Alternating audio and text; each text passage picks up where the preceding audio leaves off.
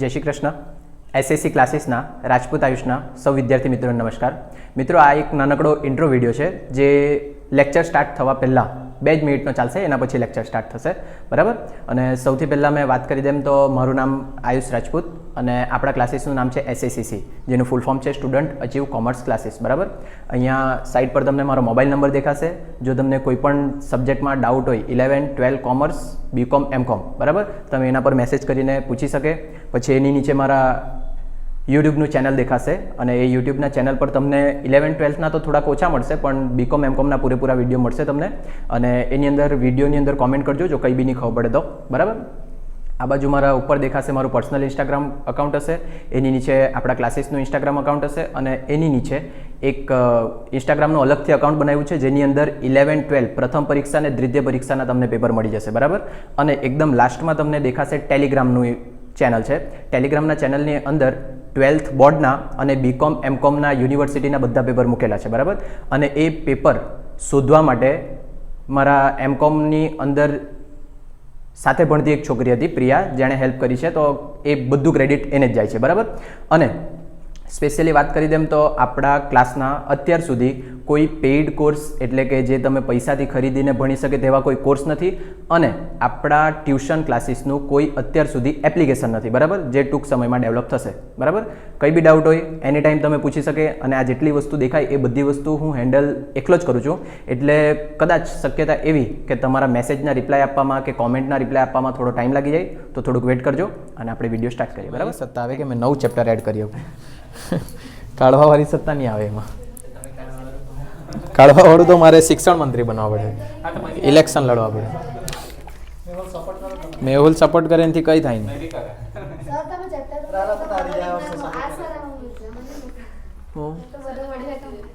નહીં, મેં BA economics એવા બધું જ કંઈ કરા. તમે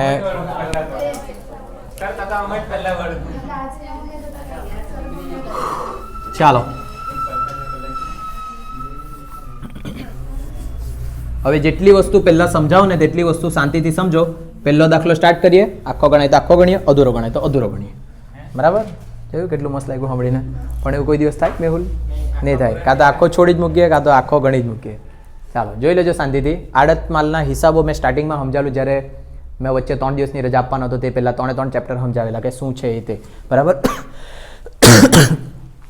અમુક લોકો બિઝનેસ કરતા હોય ગોવિંદા, હા ને, તો ગોવિંદા જેવા બિઝનેસ કરે ને તો અહીંયા આખું માર્કેટ એ લોકો કેપ્ચર કરે તો બી એ લોકોનું પેટ નહીં ભરાય. બૈરી બૈરા સુખેથી જીવતા હોય ને, હા ને, કે અમારા પર આવી ગયા પૈસા, અમારા પર ઘેર પ્રોપર્ટી, ગાડી બાડી બધું છે, હા ને, બૈરી પર 20, 25 સાડી છે, હા, છોકરાઓ પર 6 જોડી કપડાં છે, ફીસ ટાઈમ ટુ ટાઈમ ભરાતી છે, ટ્યુશનની બાકી રહીને પણ આવી રીતના બધું વ્યવસ્થિત ચાલતું છે, પણ તે છતાં એ લોકોની ભૂખ એમ છે ને પચે જ નહીં એમ, બરાબર. થાય ને એવું મયુરી?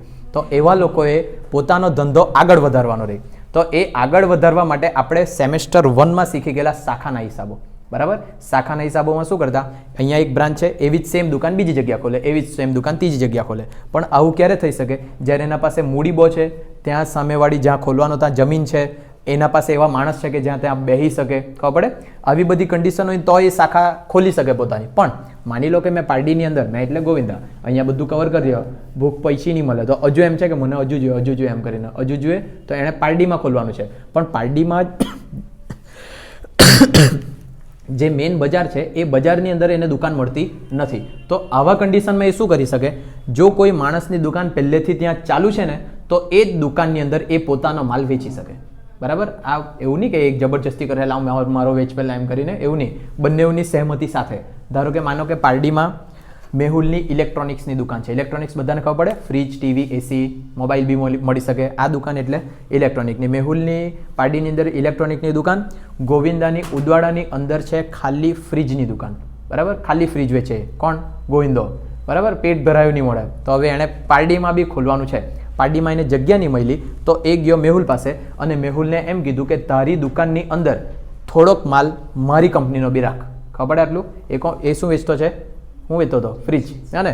ગોવિંદો ફ્રીજ લખી રાખો ને તો ઉદાહરણમાં ભૂલી જવા પાછો, હા ને. ગોવિંદો ફ્રીજ વેચે અને મેહુલની ઇલેક્ટ્રોનિક્સની દુકાન છે, બરાબર.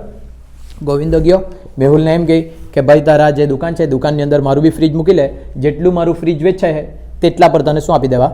કમિશન આપી દેવા. ખબર પડે? વેચીને પૈસા, મેહુલ જેટલું બી વેચે પૈસા તો કોને મળે? કોને મળે? ગોવિંદાને જ મળે. પણ જેટલું એ વેચી આપે તેના પર ગોવિંદો મેહુલને શું આપી દેશે? કમિશન. તો જેનો માલ વેચાય ને, જે માલિક છે ને, એને કહેવાય માલધણી. શું કહેવાય? માલ ધણી. તો ધારો કે મેં અહીંયા લખું ગોવિંદો છે માલધણી, બરાબર, અને ગોવિંદાની દુકાન છે ક્યાં? ઉદવાડામાં, બરાબર. તારું કામ લખું ગોવિંદા મોતીવાડા વાળું, એ ઉદવાડામાં ચલાવી લે ને મારા ટ્યુશન વાળું. હા ચાલ ઠીક, થેન્ક યુ. હા ને, તો આ ઉદવાડામાં ગોવિંદાની દુકાન અને મેવલિયાની ક્યાં છે? પારડી. ક્યાં છે? પારડીની અંદર દુકાન છે. પારડી પેલી સાઈડ આવ્યું, નકશામાં ઊંધો આવે, ખબર ને? ચાલો, મેહુલની દુકાન છે પારડીમાં, પણ મેહુલ જે છે તે કહેવાશે આડતિયો. શું કહેવાશે? આડતિયો. આળો છે એટલે. હા ને, જોઈ લેજો. જે માલિક, તે માલિક કહેવાય માલધણી. જે માલ વેચવાનો છે, જે કમિશન પર કામ કરવાનું છે, તેને કહેવાશે આડતિયો. બરાબર. હવે કન્ડિશન જોજો. આ જે છે ગોવિંદો એ ઉદવાડાની અંદર જ પોતાનું ફ્રીજ જે છે, ફ્રીજ બનાવતો છે અને બનાવીને કામ મોકલ છે મેહુલ પાસે, અને મેહુલ ત્યાંથી વેચવાનો છે. બરાબર. વેચીને કમિશન મળે. તો માની લો ગોવિંદાએ ઉદવાડાથી લઈને અહીંયા પારડી સુધી માલ મોકલવાનો છે.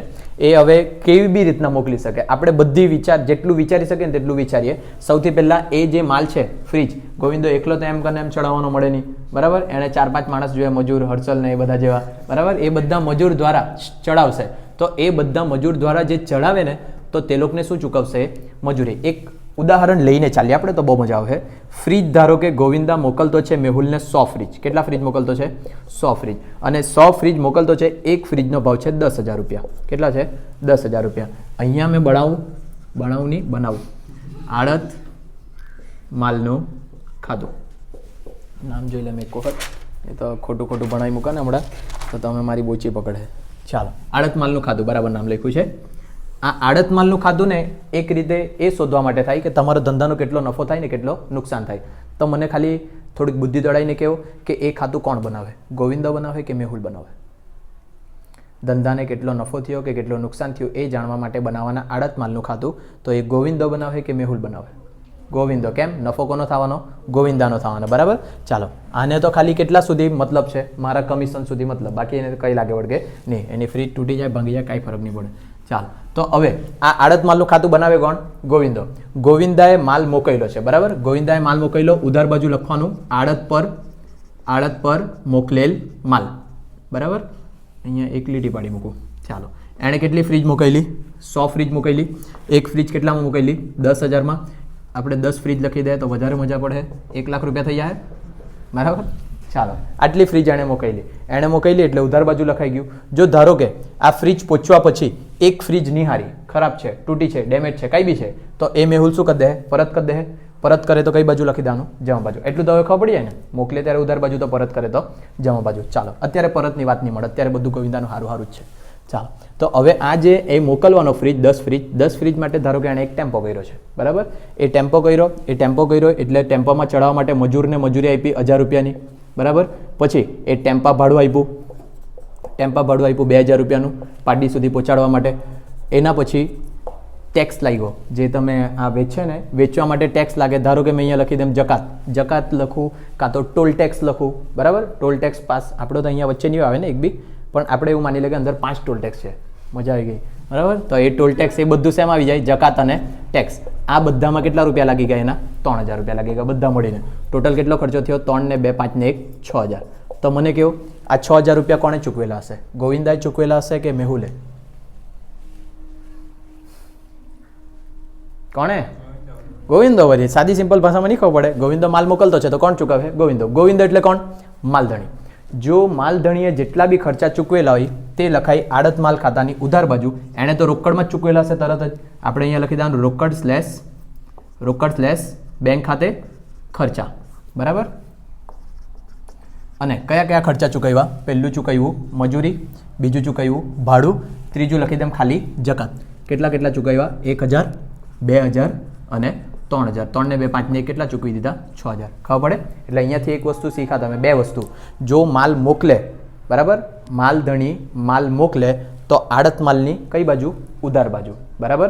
જો માલધણી જેટલો બી ખર્ચો કરે એ બધો ખર્ચો બી આડત માલની કઈ બાજુ ઉધાર બાજુ વિગતમાં શું લખાય રોકડ / બેંક ખાતે ખર્ચા ક્લિયર આટલી બે વસ્તુ હવે આ માલ પહોંચ્યો આ બાજુ કોઈક સ્ટેશન પર કાં તો એવું સમજી લો કે ડાયરેક્ટ એના ઘેરે જ ઉતારીને ગયેલા બરાબર આપણે કોઈ જોઈ લે ટેમ્પો છે તો ટેમ્પોવાળો તો ઘેર સુધી ઉતારી શકે પણ કન્ડિશન એવી બી હોઈ શકે કે આ જે ટેમ્પો છે ને એમાં 10 ફ્રીજ જ નથી એમાં બીજા લોકોનો બી માલ છે બીજા લોકોનો માલ હોય ને તો કોઈ એક ફિક્સ જગ્યા નક્કી કરી લે કે એ જ જગ્યા પર બધાનો માલ ઉતારે તમારે ત્યાંથી લઈ જવાનો ખબર આવું સાંભળેલું છે બરાબર નહીં સાંભળેલું તો બી મગજમાં બેહે ને આવી વસ્તુ હા ને તો ધારો કે આ જગ્યા પર ઉતાર્યું આ જગ્યા પર ઉતારવા માટે પાછું કોણ જોઈએ મજૂર જોઈશે ઉતારવા માટે કેમ કે મેહુલ એકલો થોડી ઉતારવાનું લાવવાનો એ ભલે બોડી બિલ્ડર હોય જો ને અટ્ટો દેખાય ખાવા પીવાના વાંધા હોય તેઓ પણ એણે બી મજૂર બોલાવ્યા અને એના પાસે છે સસ્તા મજૂર કેટલા રૂપિયામાં એણે ખર્ચો કરાવી નાખ્યો 800 રૂપિયામાં એણે મજૂર દ્વારા ઉતારાવી લીધું એના પછી પેલા ટેમ્પાવાળો ગે લાગ્યો હવે અહીંયાથી અહીંયા લાવવા માટે એણે પાછો એક નાનો ટેમ્પો કરવા પડ્યો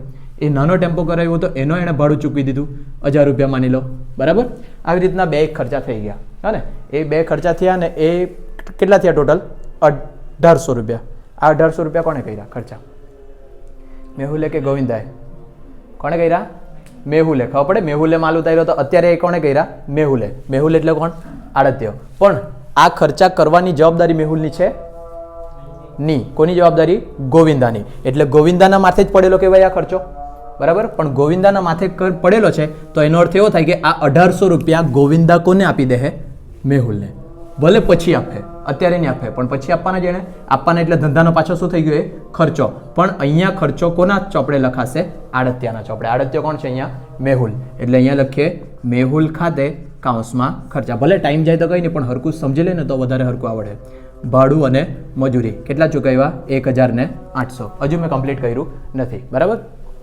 હવે આ જે મેહુલ છે મેહુલની દુકાનમાં પાછળ એક ગોડાઉન છે એ ગોડાઉનની અંદર એણે ફ્રીજ મુકાયું બરાબર એમ છે 3 ગોડાઉન હતા મેહુલ પાસે 2 ગોડાઉન તો કામમાં જ હતા એક ગોડાઉન ખાલી પડેલું હતું અને એ ખાલી પડેલુંનું એ ભાડું ચૂકવતો નહીં હતો બરાબર હવે જ્યારે એણે માલ મૂકેલો એટલે કે મૂક્યો તો આ ગોડાઉનનું શું આપવા પડે હવે ભાડું આપવા પડે દર મહિને માની લો કે એ ભાડું કેટલું આપે 1000 હવે મેહુલ તો ત્યાં વર્ષોથી ધંધો કરતો જ છે પણ એના ધંધામાં આ ગોવિંદાની મિલકત અથવા માલ ગોવિંદાનો માલ આવ્યો છે વેચાવા માટે એ કેવી રીતના ખબર પડે બધાને મેહુલ તો વર્ષોથી ધંધો કરે જ મેં આ ગોવિંદાનો નવો ફ્રીજ આવ્યું છે એ કેવી રીતના ખબર પડે બજારમાં જાહેરાત કરું તો ખબર પડે આટલું બધાને એડવર્ટાઇઝ કરું તો એનો ખર્ચો થાય એટલે અહીંયા લખું જાહેરાત ખર્ચ ધારો કે થઈ ગયો એ જાહેરાત ખર્ચ કેટલો 500 હવે મેહુલના દુકાનમાં 3 જણ કામ કરતા હતા એ 3 જણ કામ કરે ને તો બહુ બિઝી રહે જે મોબાઈલ ને એવું બીજું વેચવાનું હોય ને તેમાં તો આ ગોવિંદાના ફ્રીજ વેચવા માટે કોઈ માણસ નહીં મળે એ લોકોના દુકાને તો એ લોકોએ એક માણસ રાખ્યો એ માણસને શું આપવા પડે પગાર આપવા પડે આ 1000 બરાબર હવે આ કન્ડિશન થઈ અને કદાચ એવું બી શક્ય બને કે આ આટલાથી કામ નહીં ચાલે તો એ લોકો સેલ્સમેન બી રાખી શકે એ લોકોની વસ્તુ વેચવા માટે એવી લોકોની એટલે કોની ગોવિંદાની જો સેલ્સમેન રાખ્યો તો સેલ્સમેનને બી શું આપવા પડે પગાર પણ અત્યારે આપણે એક જ પગાર રાખીએ કેટલો 1000 રૂપિયા આ જે બધા ખર્ચા કર્યા કરે કોણ ગોવિંદો કરે પાક્કું કોણ કરે મેહુલ પછી ભલે પછી કોણ આપશે ગોવિંદો પણ અત્યારે તો કોણ કરે મેહુલ કરે મેહુલ એટલે કોણ આડત્યો તો આડત્યાના જ ખર્ચામાં આવી જાય બરાબર એટલે અહીંયા મેં લખું ભાડું બીજું એક ભાડું આવ્યું આ ભાડું કયું ટેમ્પાનું અને આ ભાડું કયું ગોડાઉનનું બરાબર ગોડાઉનનું ભાડું 1000 જાહેરાતનો ખર્ચો કર્યો 500 અને પગાર કેટલો આપ્યો એણે 1000 કરો ટોટલ 1 2 3 4 300 આટલો ખર્ચો થયો કંઈક બરાબર હવે આ ખર્ચા આ બધા ખર્ચા પાછો કોણ આપી દે માલધણી આપી દે એ તો આપી દેવાનો છે એમાં કંઈ વાંધો નથી પણ આ ખર્ચામાં છે ને 2 પ્રકારના ખર્ચા છૂટા પડે એક ખર્ચો જેને કહેવાય બિન આવર્તક ખર્ચો અને એક ખર્ચો જેને કહેવાય આવર્તક ખર્ચો જે અહીંયાથી સ્ટાર્ટ થઈને ગોડાઉનમાં જવા પહેલાં આ જેટલો બી ખર્ચો થયો ને બધો ખર્ચો કયો કહેવાશે બિન આવર્તક ખબર પડે ગોડાઉનમાં માલ પહોંચ્યો એના પહેલા સુધીનો જેટલો બી ખર્ચો છે એ બધો ખર્ચો કહેવાશે બિન આવર્તક ખર્ચો અને ગોડાઉનની અંદર જવા પછી જેટલા બી ખર્ચા થયા એ બધાને ખર્ચાને કહેવાશે આવર્તક ખર્ચા ક્લિયર બધાને આટલું બરાબર બિન આવર્તક જો ગોડાઉનની બહાર સુધીનો ખર્ચો છે તે ખર્ચાને કહેવાશે બિન આવર્તક ખર્ચા ગોડાઉનની અંદર જવા પછીના જે ખર્ચા થશે તેને કહેવાશે આવર્તક ખર્ચા મેં પૂછું જાહેરાત ખર્ચ આવર્તક ખર્ચો કે બિન આવર્તક ખર્ચો? આવર્તક ખર્ચો. સેલ્સમેનને પગાર આપ્યો, આવર્તક કે બિન આવર્તક? આવર્તક ખર્ચો. આ જે છે માલધણીએ મજૂરી ચૂકવી, આવર્તક ખર્ચો કે બિન આવર્તક? બિન આવર્તક. ક્લિયર છે બધાને? ડાઉટ? બરાબર. કેમ કે આની ગણતરી ક્યાં ક્યાં જરૂર પડશે, મેઇન ખાસ કરીને આખા સ્ટોકમાં એની જરૂર પડે ત્યારે આપણે એની વાત કરશું. એટલે જેટલી વસ્તુ કીધી તેટલી ઘૂસી ગઈ મગજમાં. બરાબર. હવે શું કરશે? આ મેહુલ વેચાણ કરશે. જો માલ મોકલેલો ત્યારે આ બાજુ હતું, વેચાણ કર્યું હોય તો કઈ બાજુ હશે? જમા બાજુ. માની લો કે ગોવિંદાએ વેચાણ કર્યું 10,000નું. 10,000 તો બહુ સસ્તું થઈ ગયું, 2 લાખનું વેચાણ કર્યું. હવે મેહુલ બે રીતે વેચાણ કરી શકે, એક રોકડેથી બી અને એક ઉધાર બી. તો અહીંયા લખીએ રોકડ વેચાણ અને અહીંયા લખું ઉધાર વેચાણ. 50,000નું એણે ઉધાર વેચાણ કર્યું. ટોટલ કેટલા રૂપિયાનું વેચાણ કર્યું? 2,50,000નું. આ 10,000નું 10,000માં જ વેચે એવું જરૂરી થોડી, એ ઉપર નફો ચડાવીને વેચ્યું એણે. બરાબર. કોઈને લલ્લુ બનાવ્યું કેમ કે ગોવિંદાનો માલ છે એમ કરીને. બરાબર. આમ કરીને એણે 2,50,000માં વેચ્યું. હવે એ લોકોની વચ્ચે અમુક વસ્તુ નક્કી થયેલી હશે કે કોણ કેટલા ટકા નફો ચૂકવશે. મતલબ કે મેહુલ એમ કીધેલું હશે કે તું મને જેટલું વેચી આપે ને તેના પર તને 10% કમિશન આપી લેવા. શું આપી દેવા? 10% કમિશન. તો એણે 2,50,000ની વસ્તુ વેચી તો 10% કમિશન કેટલું થઈ જવાનું? 25,000. તો 25,000 ધંધાનો ખર્ચ. ખર્ચ એટલે ઉધાર બાજુ લખવા પડે મારે. આ 25,000 રૂપિયા મેં કોને આપી દેવા? મેહુલને. અને એ લોકોની વચ્ચે આવી બી ડીલ થઈ શકે કે જો તું ઉધાર વેચાણ કરે ને તો તને મેં એક્સ્ટ્રા કમિશન આપા. કેમ ઉધાર વેચાણ પર એક્સ્ટ્રા કમિશન આપવાનું? રિસ્ક લેવા પડે. Very good. અને જો મેં ઉધાર વેચા ને તો માલ જલ્દી વેચાય, કેમ કે લોકો જે નહીં લેવાના 2 મહિના પછી લેવાના તે બી આજે લેવા લાગી જાય. અને પણ એમાં પૈસા નહીં આવવાનું રિસ્ક રહે. હવે એ રિસ્કની અંદર 2 પ્રકારના રિસ્ક રહી શકે. ધારો કે ગોવિંદાના એક દોસ્તાર છે, ગોવિંદાનો દોસ્તાર તે પાર્ટીમાં જ છે. બરાબર. અને એ ગોવિંદો એમ કહે મેહુલને કે પેલો મારો દોસ્તાર છે એને ઉધાર આપી લે. શું કીધું એણે? ગોવિંદાએ ગોવિંદાનો દોસ્તાર મેહુલને એમ કીધું ફોન કરીને કે એ મારો દોસ્તાર છે એને ઉધાર ફ્રીજ આપી લે. તો આ જે વેચાણ કર્યું ગોવિંદા મેહુલે તે કોના ભલામણથી કર્યું? માલધણી એટલે કે ગોવિંદાના ભલામણથી. બરાબર. તો જો માલધણીના ભલામણથી ઉધાર વેચાણ કર્યું હોય તો એના પર મેહુલને કમિશન આપવાનું? નહીં આપવાનું. ખબર પડે? જો એમ નક્કી થયેલું છે કે મેહુલ જેટલું બી ઉધાર વેચાણ કરે એના પર 2% એક્સ્ટ્રા કમિશન આપવું. બરાબર. પાછું સાંભળો, મેહુલ જો ઉધાર વેચાણ કરે તો એના પર કેટલા ટકા કમિશન આપા મેં? 2%. પણ જો ગોવિંદાએ કીધેલું તે માણસને વેચ્યું છે તો પછી મેહુલને કમિશન મળશે એ વસ્તુનું? નહીં મળે. કેમ કે એ તો કોના કહેવાથી વેચ્યું છે? મેહુલના. બરાબર. ગોવિંદાના ગંદુના. હા ને હવે જો પેલા પૈસા નહીં આવ્યા, પેલા પૈસા એટલે ગલખાત થાય, જો પૈસા નહીં આવે તો એ જવાબદારી મેહુલની બને? હા કે ના? નહીં બને. કેમ કે એ તો કોના કહેવા પર વેચેલું? ગોવિંદાના કહેવા પર. પણ જો મેહુલે વેચેલું છે તેના પૈસા નહીં આવ્યા તો જવાબદારી બને મેહુલની? બને. ક્લિયર આટલું બધાને? તો કયું ગાલખાત નોંધવાનું, કયું ગાલખાત નહીં નોંધવાનું, કઈ આડત આપવાની, કઈ આડત નહીં આપવાની, આ બધું મગજમાં રાખવા પડે. બરાબર. આ જે 25,000 આપી ને આને કહેવાય સામાન્ય આડત. અને ઉધાર વેચાણ, આ ઉધાર વેચાણ કેટલું કર્યું છે? 50,000. આ 50,000 પર ધારો કે 2% આપવું, 1,000 રૂપિયા આપવા પડે તો આ 1,000 રૂપિયાને કહેવાય આસામી આડત. ક્લિયર આટલા વર્ડ? બરાબર. પાછું રિપીટ કરીએ. ગયું ચેપ્ટર? ગયું ગોવિંદા? હા ને? જે ગોવિંદો છે તે માલધણી છે એટલું મગજમાં રાખજો. પાછું જોઈએ. માલધણી પોતાનો ધંધો વિકસાવવા માંગતો છે ને એ વિકસાવવા માટે એણે પાર્ટીની અંદર બીજી પોતાની શાખા ખોલી છે. શાખા નથી ખોલી, સોરી ભૂલથી વર્ડ બોલાઈ ગયો. શાખા નહીં ખોલી. ત્યાં કોઈ માણસ પહેલેથી જ ધંધો કરતો છે, એ ધંધામાં એણે પોતાનું માલ વેચવાનું નક્કી કર્યું છે. આને કહેવાય આડતનો ધંધો. શું કહેવાય આને? આડતનો ધંધો. તો આ માણસ એટલે કે માલધણી, બધી જવાબદારી માલધણીની જ છે. જેટલા બી ખર્ચા થાય, જેટલી બી ઇન્કમ થાય બધું ગોવિંદાને જ મળે. ખર્ચો બી બધો ગોવિંદા જ કરે. મેહુલને શું મળશે? ખાલી કમિશન. કમિશન એટલે આડત. આડતિયાને જે કમિશન મળે તેને શું કહેવાય? આડત. આડત કેટલા પ્રકારની હોય? 2. એક સામાન્ય, બીજી આસામી. સામાન્ય આડત એટલે ટોટલ વેચાણ પર મળે તે.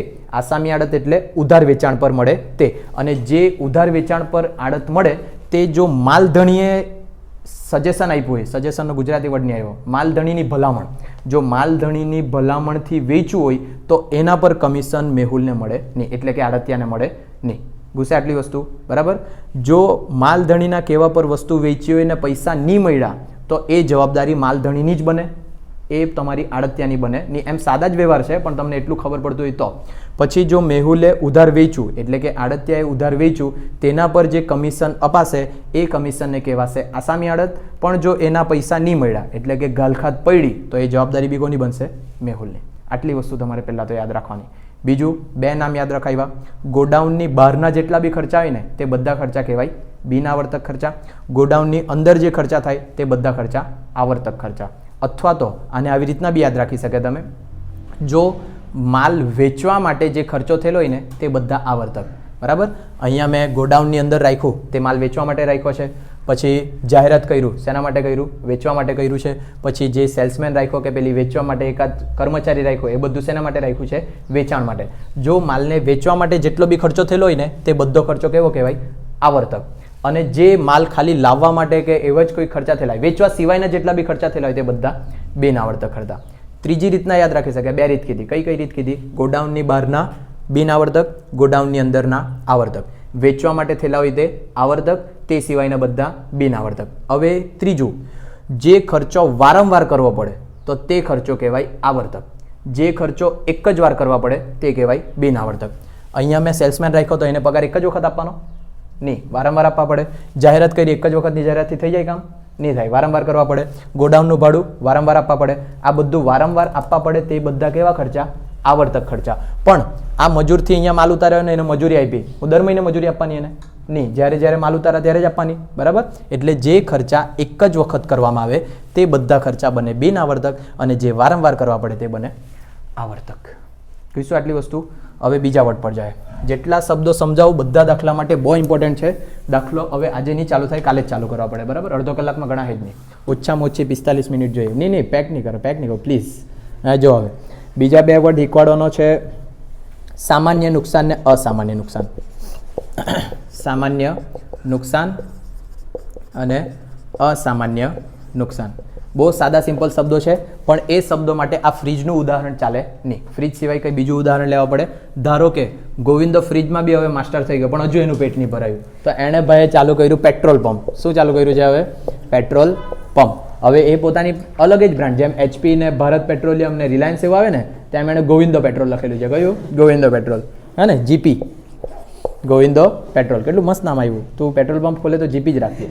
હા ને, તો પણ કોઈ ભરાવે નહીં. કેમ? બધા નામ સાંભળીને જ જાય. ભારત પેટ્રોલિયમ ને રિલાયન્સ ને એવામાં જ જાય. GPમાં કોઈ જાય વાંચીને જ એમ લાગે ફ્રોડ છે એક નંબરનો. હા ને, કે કેરોસીન જ આપતો હોય પેટ્રોલની જગ્યા. ચાલો, તો જો ધારો કે ગોવિંદાએ GP પેટ્રોલ પંપ ખોલ્યું અને આ બાજુ છે મેહુલ HPની શાખા લઈ રહેલો છે. હા ને, HP પેટ્રોલ પંપ ખોલીને તેની અંદર પેટ્રોલ વેચતો છે. વાસ્તવિકતામાં આવું શક્ય નહીં મળે કે HPનું ખોલું ને મેં GPનું વેચું. આવું શક્ય નથી. પણ અત્યારે આપણે એક તુક્કા મારવાવાળું ઉદાહરણ લેતા છે.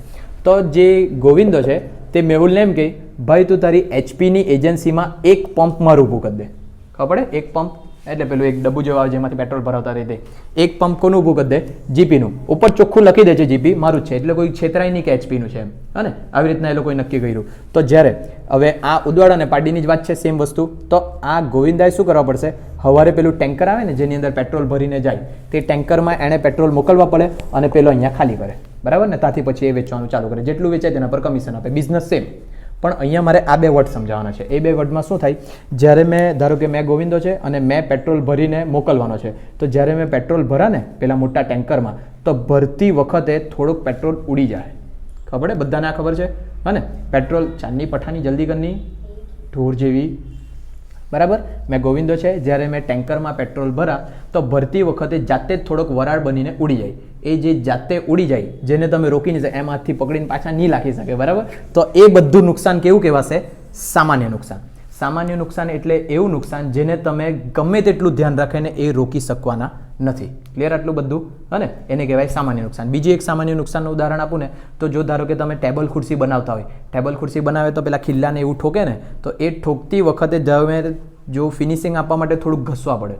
બરાબર, અથવા તો આ એક મોટું પીસ છે, તેમાંથી તમને આટલું પીસ છે ને આટલું પીસ જોઈતું હોય, બધા ટુકડા એટલા જ મોટા જોઈતા હોય, તો પેલા જે આ બચ્યો તે શું થાય? નુકસાન થવાનું જ. એનું તમે કંઈ કરી શકવાના નથી. ગમે તેટલું ધારો એ બચાવી શકવાના નથી. તો એ જે નહીં બચાવી શકે, તમે ગમે તેટલું ધ્યાન રાખીને, તો એ બધું નુકસાન કેવું નુકસાન કહેવાય? સામાન્ય નુકસાન. બરાબર, પણ જો તમારી ભૂલના લીધે, તમારી બેવકૂફીના લીધે અને તમારી ગધેડપણાના લીધે જો કંઈક નુકસાન થયું, તો એ બધું નુકસાન કેવું કહેવાશે? અસામાન્ય નુકસાન.